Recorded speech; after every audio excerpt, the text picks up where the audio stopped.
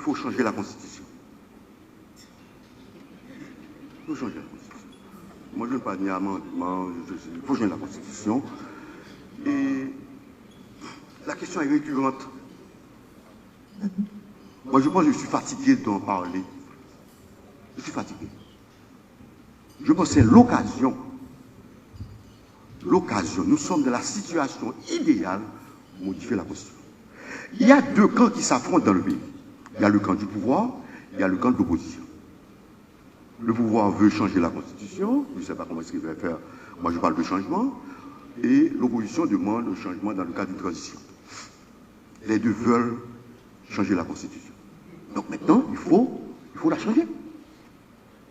Les professeurs demandent, et nous autres, au barreau de Port-au-Prince, nous avions organisé une conférence scientifique sur la Constitution. Le thème de cette conférence était « Quelle Constitution pour Haïti ?»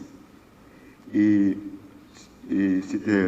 c'est paru en mai 2017, la revue du barreau, la Bazoche, et il y a mon article là-dessus, quand on dit « Quelle Constitution pour Haïti ?» Et moi j'avais répondu à la question, il y a plusieurs auteurs qui étaient, plusieurs professeurs, et Alain Guillaume, Léon Saint-Louis, et ils sont intervenus, Jean-Michel Auriol. Moi, j'ai dit qu'il nous fallait une autre constitution pour Haïti. Une autre constitution pour Haïti. En dehors des préoccupations politiques, de camp, de ceci, moi, je suis d'aucun camp. Moi, je suis pour le changement total, capital dans le pays.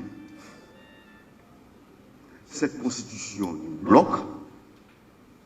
Il faut qu'on aille de l'avant. Cette constitution, c'est une constitution de crise. Je me rappelle, une fois on avait dit la constitution était une source d'instabilité. J'avais dit oui que j'étais d'accord. Les gens pensaient que j'étais du président Préval. Comment maintenant va être du président dans le camp du président Préval. Je suis donc un camp. Aucun parti ne peut m'intégrer pour mettre au bas. Aucun parti. Moi, ce qui m'intéresse, c'est le changement dans le pays. On en souffre. C'est une constitution qui provoque l'instabilité. J'ai commencé à écrire depuis 1995. J'ai presque plus de 300 articles. Mais ça tourne autour de ratification de Premier ministre. Il y a toujours un problème. Le président élu ne peut pas, c'est normal, le président élu ne peut pas installer son gouvernement. Il ne peut pas. Pour choisir un Premier ministre, il ne peut pas choisir un Premier ministre. Il y a toujours un problème. Le président Préval a passé un mois pour choisir le Premier ministre. Le président, après il a passé pour choisir le Premier ministre. Après il a fait partie du Premier ministre. Il ne pouvait pas le remplacer. On a vu, Mantel, il y a eu le problème de, comment on appelle ça, il avait, avant Ouzier, le problème de Gousse, Coni, Lamotte. Gousse avec Lamotte, ils se sentaient plus à l'aise. Même là encore, on m'a dit que les relations se détérioraient après. Les gens me disent qu'il faut une prémisse de cohabitation. Mais j'étais contre le concept de prémisse de cohabitation. Nous devons, et vous avez vu avec tout récemment, on a passé tout ce temps-là, on a choisi la paix, c'est pas possible. Nous devons passer à un autre régime politique. Moi, j'ai prôné dans le livre un régime présidentialiste encadré, juridictionnellement encadré, juridiquement encadré. Il ne faut pas passer à côté. Le président ne veut pas. Ce n'est pas possible. Même, il faut une réflexion sur le Parlement. Est-ce qu'il nous faut un Parlement bicaméral? Moi, je suis pour la suppression du pouvoir du Premier ministre. C'est clair. Je ne suis pas le Premier ministre. Un exécutif monocéphale. Le président élu nomme son gouvernement et l'installe et gouverne le pays. La question de décentralisation territoriale, ça a été mal conçu. Ça a été mal conçu. la Constitution. Avec les AZEC, les AM, il faut changer ça. Il faut supprimer les AM, les A. Non. Nous devons passer à une véritable régionalisation. Je prône un État régional pour le pays. Avec des compétences dans les régions, les universités dans les régions. Et on transformerait les sections communales en communes. Oui. Commune. On aurait comme collectivité de base la commune. Ça demanderait un redécoupage territorial et ça demanderait un changement de constitution. C'est presque la constitution. Avec le conseil interdépartemental. Mais Port-au-Prince est engorgé. Il faut désengorger, désencombrer, décentraliser le pays. Pour dire la vérité, nous devons dire la vérité. Moi, je suis dans la doctrine du droit. Je n'ai pas peur d'avoir une position minoritaire. Et je suis prêt à affronter n'importe qui sur ma position.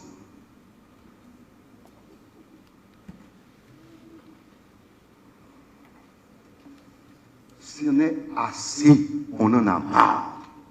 On en souffre.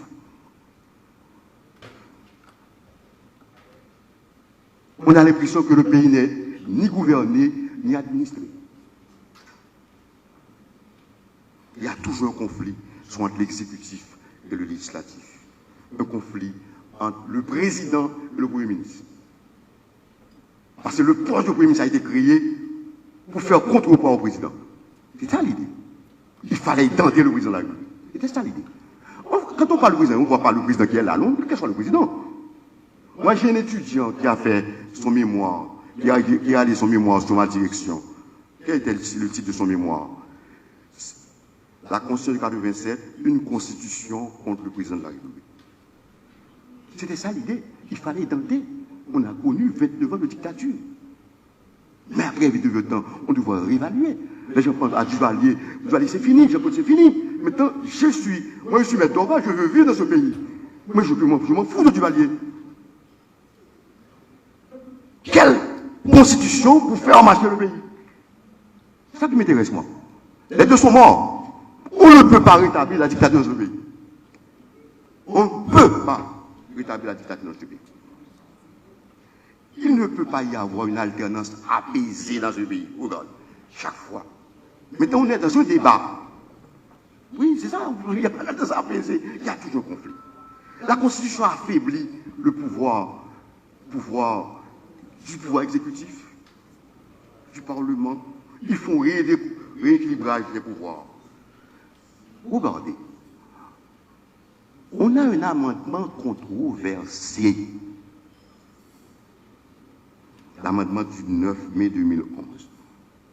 Vous savez que l'amendement qui est en vigueur, véritablement, c'est l'amendement qui a été publié avant le départ du président Préval, le 13 mai 2011. M. Martelly avait pris un arrêté pour rapporter la loi constitutionnelle. Mais un arrêté ne saurait rapporter une loi constitutionnelle. Il y a une hiérarchie des normes. Normalement, l'amendement qui est en vigueur, c'est l'amendement qui a été publié le 13 mai et qui est en vigueur le 14 mai. Même s'il y a des difficultés, des problèmes, les gens ont traficoté sur l'amendement, mais on vit avec cet amendement. Je suis allé de une conférence à Boston. Les gens m'ont dit maintenant, qu'est-ce qu'on fait avec l'amendement? On dit, bon, l'amendement est là, puisque nous sommes devant des amendements de fait. Mais les gens m'ont interpellé. Mais M. Dorval, on ne saurait parler d'une constitution d'amendement de fait.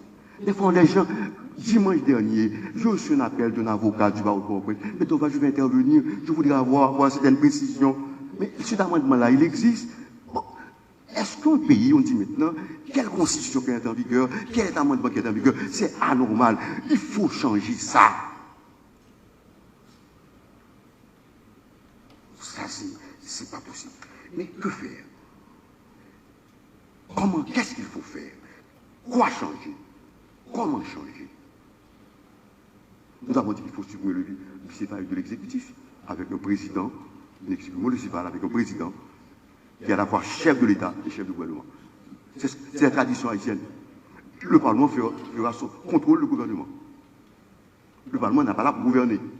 On voit, dans la Constitution, le Parlement gouverne. Le Parlement fait chanter le pouvoir, fait chanter l'exécutif.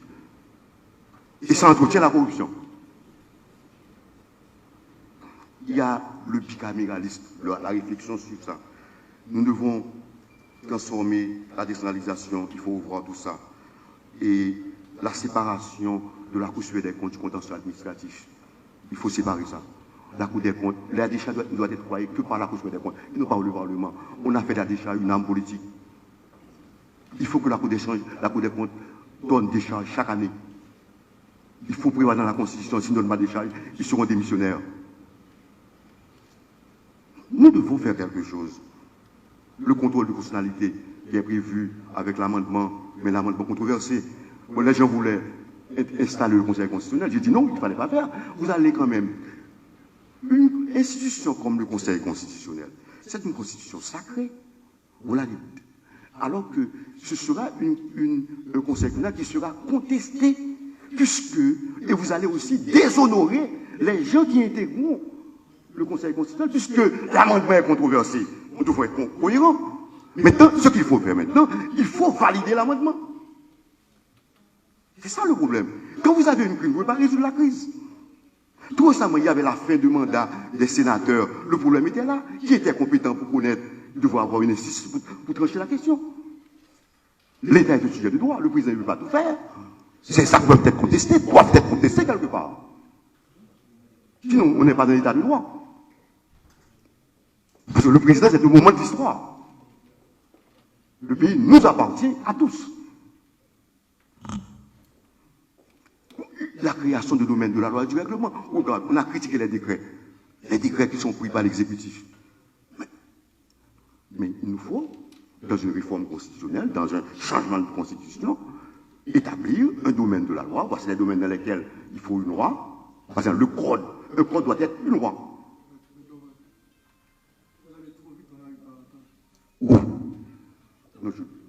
Le code, vous n'avez pas entendu? Vous n'avez pas entendu ou bien les autres n'ont pas entendu? Ok. Mais le temps, il y a un temps qui m'est parti. Je peux aller autant que je veux. Je peux aller au-delà. Non. Ok.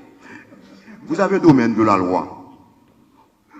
En Haïti, la loi intervient dans tous les domaines. Il n'y a pas d'espace pour les règlements. On ne peut avoir que des règlements d'application de la loi. Mais qu'est-ce qu'on constate dans la pratique? Il y a plein de décrets. En 80, on a eu, pendant la transition, on a eu 82 décrets. Le président avait dit qu'il n'allait pas prendre des décrets sur les actes de Macoute. Mais qu'est-ce qu'on a vu? Il a pris 2 décrets avant de partir. Un décret sur la pension civile, il a augmenté sa pension. Un décret sur les finances. Le président Martelly a pris des décrets. Maintenant, on est en train de nous envahir avec le décret. Mais en tant que professeur, je dois réfléchir sur la question. Pourquoi il y a ce problème? On doit étudier, c'est un fait qu'il faut étudier.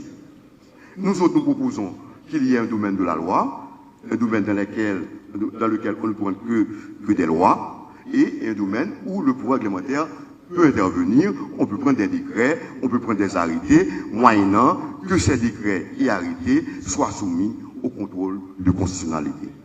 Tout ça demande une véritable réforme, un véritable changement de constitution. Donc, il y a plein de choses à faire. Je ne peux pas rester davantage.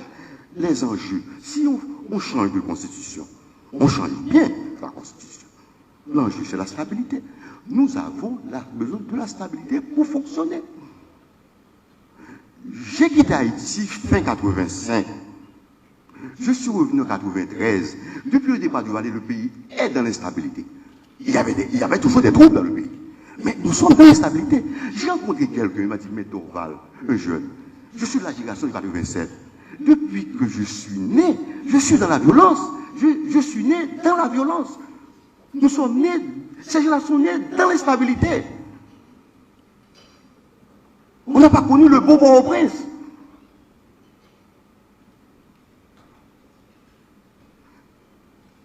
On devrait aboutir à un État haïtien de droit en changeant la Constitution. Avec les droits de recours, avec les institutions, même le CSPJ. On devrait revoir tout ça. Il faut une réflexion. Est-ce que les juges doivent être élus? Oui, le débat. Est-ce que les membres du CSPJ doivent être élus? C'est un pouvoir. Parce que l'interlocuteur du président CSPJ, c'est le président de la République. C'est pas le ministre, non? Non, c'est le président de la République. Donc, l'établissement d'un état de droit, sans état de droit, on ne peut pas aller nulle part. Il faut faire fonctionner, séparer la Cour des comptes. À ce moment-là, quand il y a un problème, on ne va pas devant la Cour, on ne va pas devant un juge administratif. Parce que l'État est un sujet de droit. Mais quand on met ça à la Cour des comptes est englobée par les problèmes financiers, par les questions financières, par le contrôle financier. C'est important. J'ai voyé dit maintenant, toute la décharge doit être transférée à la Cour des comptes pour que, même pour un ministre, on a rétabli la bonne civile dans le pays. Le type passe tout son temps vie à servir l'État, après il ne peut pas avoir des charges. Et puis on parachute quelqu'un comme président, comme ceci, cela, alors que quelqu'un qui est ministre, premier ministre, est habile à devenir président. Maintenant, il faut le développement économique, c'est ça. Sinon, le pays ne va pas se développer. Le développement politique du pays, le développement économique, les partis politiques, il faut les organiser, il faut les former. Le développement économique, la misère dont on vit, ça ne vient pas de Dieu, ça vient de nous. Ce n'est pas des Blancs. Haïti était capable de se diriger. Ça, le problème est là. Il faut dire la vérité aux gens. Nous sommes incapables de nous diriger. C'est comme si nous redevenions une colonie. Mais il y a des gens qui sont là. Il y a Doval qui est là aussi. Il y a d'autres personnes qui sont là. Nous voulons le changement. Et nous subissons ce qui se passe dans le pays. Et ça doit changer. Et le développement scientifique, il faut la science. Comment un pays peut vivre sans science? Les gens qui réfléchissent, sans savants. On a eu Covid-19, mais on devrait, au lieu d'aller à Madagascar, on devrait se pencher sur le problème ça pour étudier ces questions. Oui. Mais où faire ça? C'est l'université. L'université n'est pas organisée. L'université d'Haïti est dépassée. Il faut revoir l'université d'Haïti. Il faut créer d'autres universités au niveau des régions. C'est un véritable chantier qui doit être fait. Nous devons changer cette constitution. Pour la stabilité, pour l'état de droit, pour la paix et le changement politique, économique, social et culturel dont nous rêvons. Je me rappelle la phrase de Gaillard, mais je meurs, mais avec tous mes rêves, tous mes rêves de jeunesse, c'est la phrase qu'il a prononcée. Est-ce que nous allons mourir avec tous nos rêves de jeunesse? Nous avons un grand pays, nous avons une grande histoire, nous devons faire quelque chose. Le point de départ de tout changement, c'est qu'il faut changer la Constitution. J'ai entendu parler des élections, on va faire les élections. Non, il n'y a pas des élections avant. La Constitution d'abord, après les élections. On veut former un conseil électoral pour quoi faire? Mais la Constitution dira comment, quel organe qui sera chargé de faire la réforme et le changement de Constitution. Le point de départ de tout changement, il faut quelqu'un, c'est comme un buteur qui est dans le, ou pour un footballeur, qui met son pied sur le ballon. Il dit non, c'en est assez. C'est ça qu'il nous faut. Il faut dire la vérité. Moi, je suis arrivé à un âge, j'ai perdu rien. Il faut dire la vérité aux gens. Il faut dire la vérité aux gens. On en souffre, et nous demandons, nous autres, un changement de constitution, et ça doit se faire en dehors du Parlement.